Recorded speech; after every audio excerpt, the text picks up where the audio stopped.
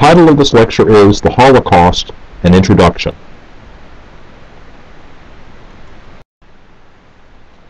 Before we explore the Holocaust, it will be helpful to define the term. The word Holocaust originally referred to the burnt offerings in the Jewish temple during biblical times, in which the victim was completely consumed by the flames. It came to be applied metaphorically to the extermination of the Jews in the Nazi death camps, where the Jews as a people were gassed to death and their bodies cremated. The term wasn't applied to the catastrophe for some time after the event, however. Winston Churchill, British Prime Minister during World War II, called the murder of the Jews a crime without a name. This crime was perpetrated by the German nation, one of the most educated, cultured, and scientifically advanced countries in the world. Which raises the question, how could this have happened in Germany, of all places? One of the goals of this lecture is to move towards an answer to that question. To answer this question, how could this have happened, we need to explore the historical roots of anti-Semitism.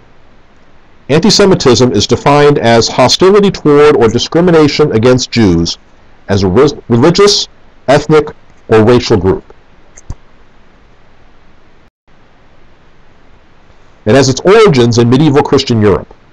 During this period, Jews were commonly accused of deicide, which literally means to kill God, on account of the role the Jewish religious leaders played in the crucifixion of Jesus. Thus, Jews were commonly referred to as Christ killers. Also during this period, during the Black Plague of the 14th century, Jews were used as scapegoats, accused of causing the plague by poisoning water wells. Moreover, there emerged at this time what is known today as the blood libel.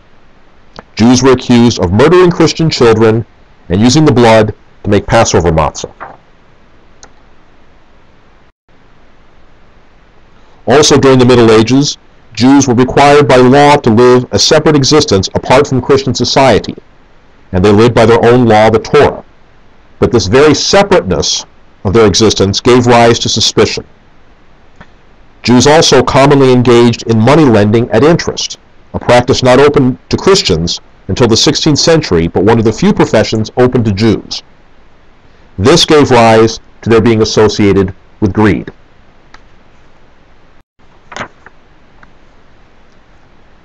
Now we come to modern anti-Semitism. Modernity refers to a cultural shift in which, among other changes, religion becomes increasingly marginalized in society. Europe gradually became a secular, non-Christian society beginning around the year 1700. Now one would think that with this development, anti-Semitism would decline since it was religiously based. Not so. In modern Europe, anti-Semitism continued even in a secular context. We will examine this context in the persons of Voltaire, the French rationalist and essayist, Pierre-Joseph Proudhon, a French political philosopher and socialist, the document The Protocols of the Elders of Zion, and finally, under modern anti-Semitism, we will look at the pagan foundations which anti-Semitism acquired going into the 20th century. Voltaire, the French philosopher, rationalist, and agnostic, was one of the leading luminaries of the Enlightenment. He was very much against Christianity and the Catholic Church. At the same time, he harbored an intense animosity towards the Jews. The Jews, he complained, are, quote, the greatest scoundrels who have ever soiled the face of the globe. They are all of them born with raging fanaticism in their hearts, just as the Bretons and Germans are born with blonde hair. I would not in the least be surprised if these people would not someday become deadly to the human race. Elsewhere he says, the Jews are our masters and our enemies, whom we detest, the most abominable people in the world. End quote. So here we have a man who's very secular in his outlook, very not only unreligious but irreligious, yet he harbors an anti-Semitism which is not in any way based upon religious conviction or religious sentiment. It has very much of a secular foundation.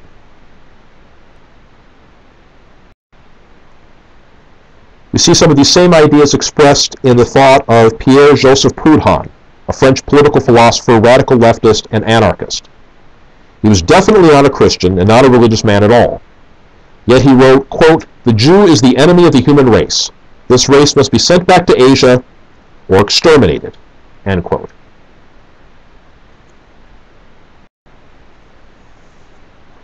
Now, during this period, many Jews became secularized, abandoning their traditional faith like many Christians, and assimilating the surrounding culture and its antipathy or indifference to religious belief. Some notable examples of this tendency are Karl Marx, the political and economic philosopher, the poet Heinrich Heine, and the Rothschild family, a banking dynasty in Europe. This assimilation, however, merely aroused further suspicion on the part of non-Jews. Proudhon wrote, "Heinrich Heine, Adolf Weil, and others are simply secret spies. Rothschild, Camus, Marx are evil, choleric, envious, bitter men," end quote. So if Jews remained separate, they aroused suspicion. If they assimilated, they aroused suspicion.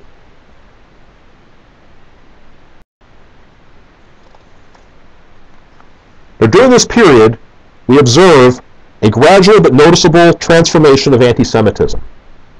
There is a change from religious anti-Semitism, which is animosity towards Jews on account of their rejection of Christianity, to racial anti-Semitism, animosity towards the Jews on account of their race or ethnicity.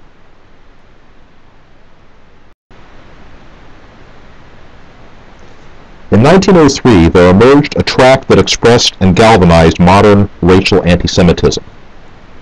The tract was titled "The Protocols of the Elders of Zion."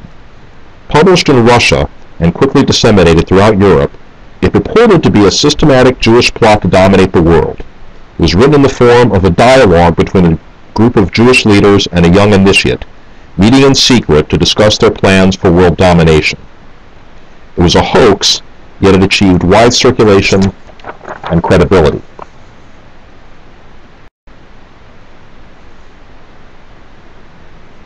What sorts of things were the Jews planning to do in order to take over the world? According to the protocols, their strategy consisted of the following. First, they would advance certain ideas such as Darwinism, socialism, anarchism, communism, and free love to undermine the established order. Next, they would gain control of the press and democratic institutions, in order to undermine them, of course. After that, they would undermine Christianity. This would tap into what was left of religiously based anti-Semitism among practicing Christians. And they would promote economic instability. A monstrous plot indeed. Again, let me emphasize that this document was a hoax. It was written by an anti-Semite in order to arouse further hatred of the Jews.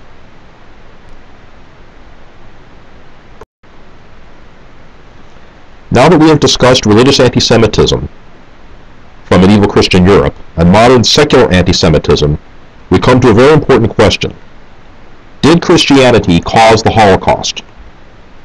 Now we need to understand that religious anti-Semitism is different from racial anti-Semitism. Yet racial anti-Semitism is historically rooted in religious anti-Semitism. The religious anti-Semitism of medieval Christian Europe created fertile ground for modern secular anti-Semitism. There was, nevertheless, a spiritual movement that emerged in the 19th century that galvanized and gave impetus to the secular, racially based anti-Semitism. And that spiritual foundation, that spiritual impetus, was paganism.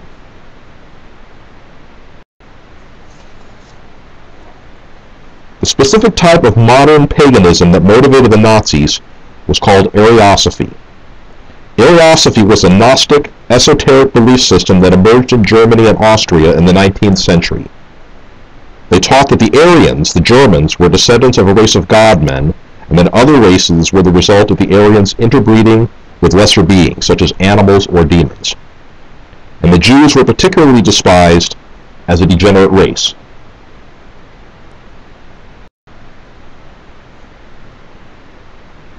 There are several individuals whose lives and writings reveal the nature of Ariosophy. The first was Guido List. He was an Austrian who studied German mythology and folklore. He believed that ancient German civilization had been suppressed by two forces in history, the Roman Empire and the Roman Catholic Church, which he believed to be merely a continuation of the Roman Empire. List longed for a restoration of Germany's pagan past before it had been quote-unquote corrupted by Christianity. This idea of a restoration of a pagan, pure German past was characteristic of Ariosophists. Next we come to Jorge Lanz von Liebenfels, a former Cistercian monk who had been expelled from the monastery for quote-unquote carnal love. He too was a practitioner of Ariosophy. He founded what he called the Order of the New Temple, a resurrection upon pagan foundations of the original Knights Templars of the Crusades. Now, the original Knights Templars were a religious order of knighthood founded during the Crusades and dedicated to protecting the Church of the Holy Sepulchre in Jerusalem, the church built upon the site of Jesus' resurrection.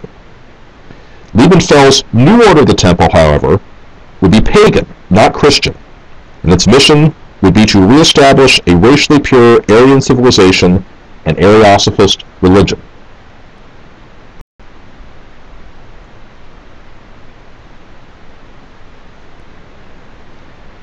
Liebenfels expressed his beliefs in his book Theozoology, published in 1904. Here he taught that the Aryan race was descended from a race of god-men, and that other races, particularly Jews, resulted from Aryan women mating with demons. He also popularized these beliefs in his magazine Ostara. One avid reader of this magazine was none other than Adolf Hitler.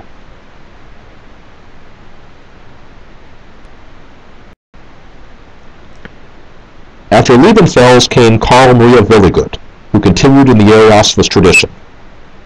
He was also a practitioner of what's called Urmanism, an ancient German pagan religion.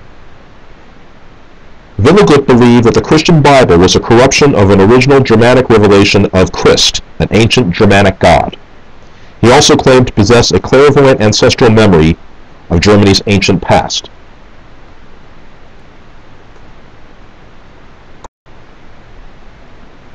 Next we come to Heinrich Himmler. Himmler was Hitler's second in command of the Third Reich, and he too was a devotee of Ariosophy. He was founder of the SS, the Nazi security police, and the elite of the Third Reich. He envisioned the SS as a reconstituted order of knighthood along the lines of Liebenfels' New Order of the Temple. He was also obsessed with establishing a mythical historical pedigree of the Third Reich to quote-unquote prove that every ancient wonder and discovery was the result of the superiority of the ancient Aryan race, and he was mentored by Karl Maria von Willigut.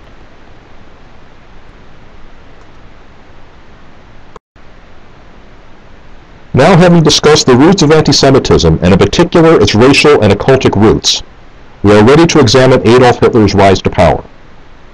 The context of his emergence is the First World War, which ended in a humiliating defeat for Germany with the Treaty of Versailles. Now, this treaty entailed a number of humiliating provisions. First, Germany lost a considerable amount of her territory. She lost all of her overseas colonies. Germany was allowed an army of nearly 100,000 men and a small coastal navy and no air force. Germany had to pay a huge war reparation to the Allies, and worst of all, Germany had to admit what was called war guilt. They had to sign a particular clause in the treaty wherein they admitted that the war was entirely Germany's fault. Now, many patriotic Germans were understandably enraged by the terms of the treaty. At this time also there emerged in the popular German imagination the stab-in-the-back legend, the popular belief that certain individuals and groups in positions of influence had sabotaged the war effort and betrayed Germany to her enemies at Versailles. There was this monstrous conspiracy, supposedly, that had led to Germany's defeat. The question was, who was behind this conspiracy?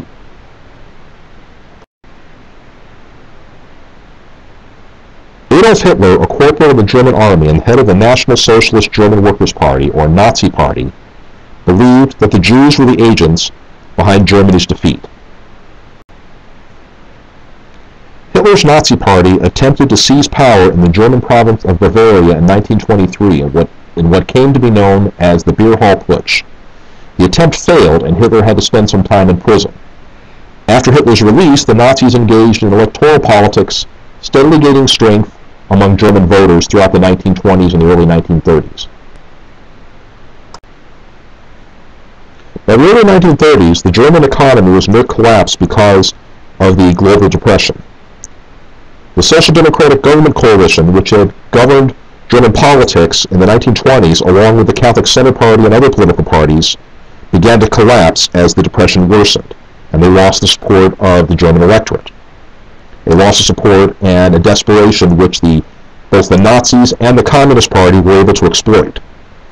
Finally, on January 30th, 1933, in an attempt to block the communists from taking over and to give Germany a stable governing coalition, a center-right coalition government was formed with Adolf Hitler as chancellor.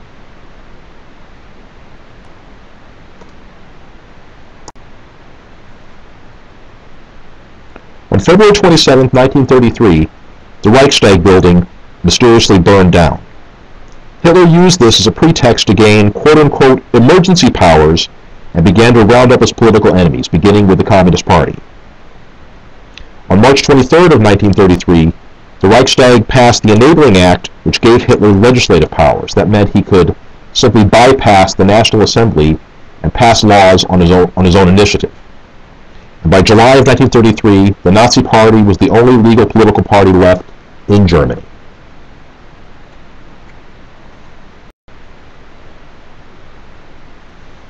The first attacks on the Jews came almost immediately after the Nazis gained power. On April 1st, 1933, the Nazis instigated a state-led boycott of all Jewish businesses. On April 7th, the law for the restoration of a professional and civil service was passed by the Reichstag, which dismissed Jews from civil service. Jews could no longer hold any jobs in any way connected with the government. This included lawyers, judges, civil servants, teachers in public schools, and universities. Later in 1933, Jews were banned from journalism, broadcasting, music, theater, and farming. This is a photograph of the April 1st boycott. Here we see Nazi stormtroopers standing outside of a Jewish department store enforcing the boycott. And the sign translates, "Germans, defend yourselves, do not buy from Jews."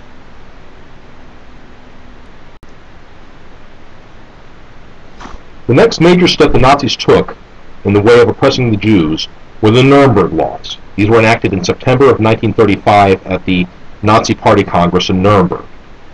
Two provisions in particular were enacted. First, marriage between Jews and Aryans, meaning non-Jews, was prohibited, and German Jews were deprived of their German citizenship. Their new status was subjects of the state. This meant that while they had to obey all the laws, they had no legal rights. This created a problem, however. Who was a Jew? Two categories had to be established. A Jew was defined as anyone with 3 Jewish grandparents, or anyone with 2 Jewish grandparents who either practiced Judaism or was married to a Jew. Anyone who fell into these two categories was legally a Jew. The laws also created a new category, Mischling, or mixed breeds. This referred to anyone with 2 or 1 Jewish grandparents and who did not meet any of the previous criteria for being a Jew.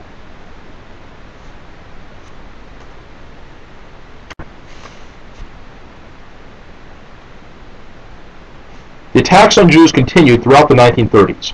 In 1937, Jewish businesses were transferred to Aryan ownership, and Jews were forbidden to be corporate office holders or to own stock in German companies. It was at this time that the Jews began to emigrate out of Germany on a large scale. Many went to Palestine. Most countries, however, were unwilling to accept large numbers of Jewish refugees, and even in Palestine, which was under a British mandate, severe restrictions were placed upon the number of Jews who could enter the country.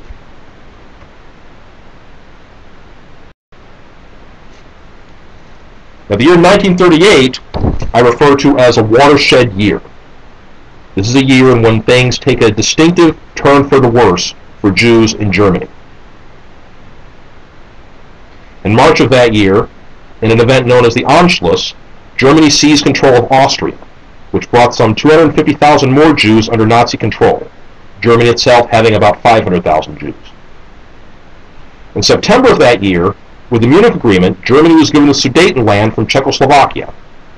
This was the beginning of Nazi Germany's eventual absorption of all of Czechoslovakia, which had about 35,000 Jews. In October of 1938, fearing a mass influx of Jewish refugees, Poland revoked the passports of all Polish Jews who had lived outside of Poland for more than 5 years.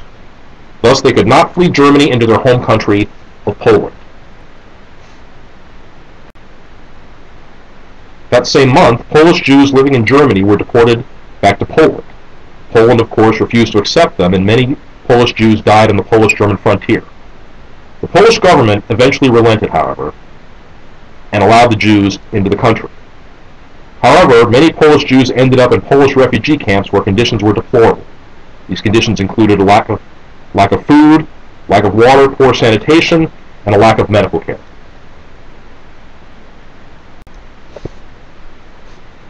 In this situation, we come to a young man named Herschel Greenspan. He was a 17-year-old Polish Jew living illegally in Paris, his work visa having expired. His parents were among those deported to Poland from Germany and now languishing in a refugee camp. Greenspan's parents wrote to him, informing him of their situation and begging him to do something to help them. But what could he possibly do?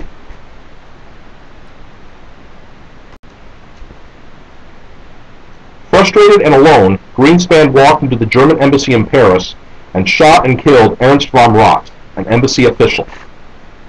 The Nazis used this as a justification for a carefully orchestrated, spontaneous uprising against Jews throughout Germany and Austria. The event came to be known as Kristallnacht, the Night of Broken Glass, in reference to the broken windows of Jewish shops, businesses, and homes that were attacked and destroyed.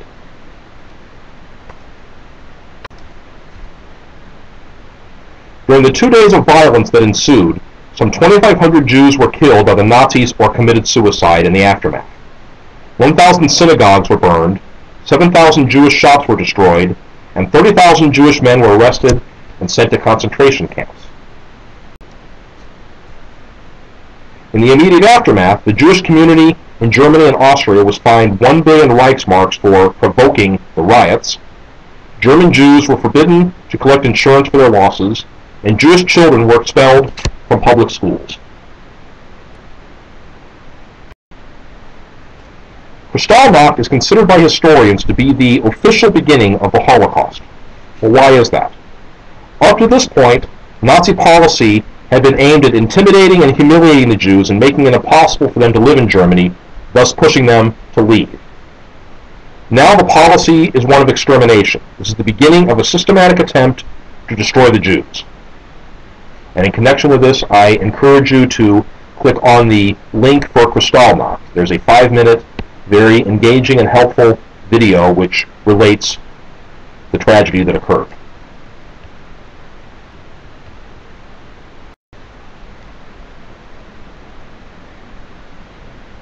But the plan to destroy the Jews was not made explicit at this point. First, the Jews were segregated from the rest of society. They were expelled from public schools, and in February 1939, Jews were forced to hand over all gold and silver items. In March of 1939, Germany seized the remainder of Czechoslovakia, bringing 35,000 more Jews under Nazi control. In April 1939, Jews in Germany and Austria lost all rights as tenants and were forced to relocate into Jewish houses and apartments. On September 1st, 1939, Germany invaded Poland, beginning the Second World War. Over 2 million additional Jews now came under Nazi control. Immediately after the German invasion of Poland, a curfew was imposed upon all Jews living in Poland. They were then rounded up and segregated into ghettos and were forbidden to own radios. In October 1939, the Nazis began to impose forced labor on male Jews in Poland. So this is the beginning of Nazi slave labor.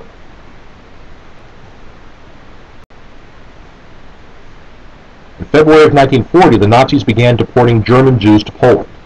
Between April and June of that year, Denmark, Norway, the Netherlands, Belgium, Luxembourg, and finally France all fell to the Germans.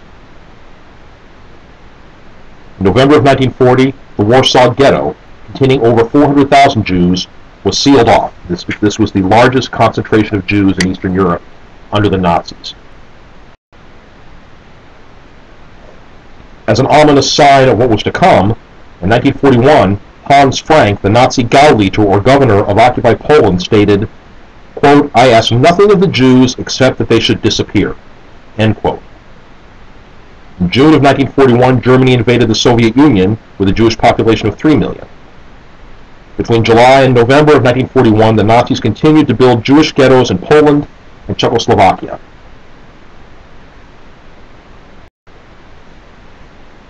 Beginning in mid-1941, SS Einsatzgruppen, meaning special action groups, began mass murders of Jews in occupied Poland and the Soviet Union.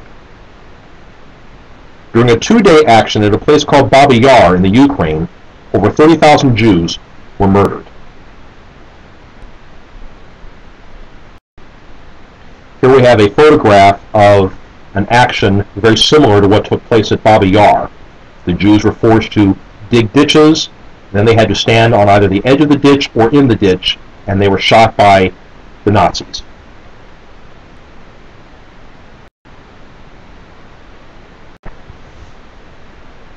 In January of 1942, the policy of extermination became official. It was announced at the Wannsee Conference, a meeting of high-level Nazis. Here, Hitler's order to exterminate the Jews, the final solution, was announced, and implementation began immediately. Extermination camps were established at Auschwitz, Belzec, Chelmno, and other places. They began killing Jews, first with carbon monoxide, and then with Zyklon B gas. Here we have a photograph of the entrance to the Auschwitz concentration camp. Here we have canisters of the Zyklon B gas pellets that were used to kill the Jews in the shower rooms. Here we have a photograph of the crematoria that were used to burn the bodies. Between 1942 and 1945, Jews from Nazi-occupied Europe were deported to the extermination camps. And by May of 1945, over 6 million Jews had been murdered.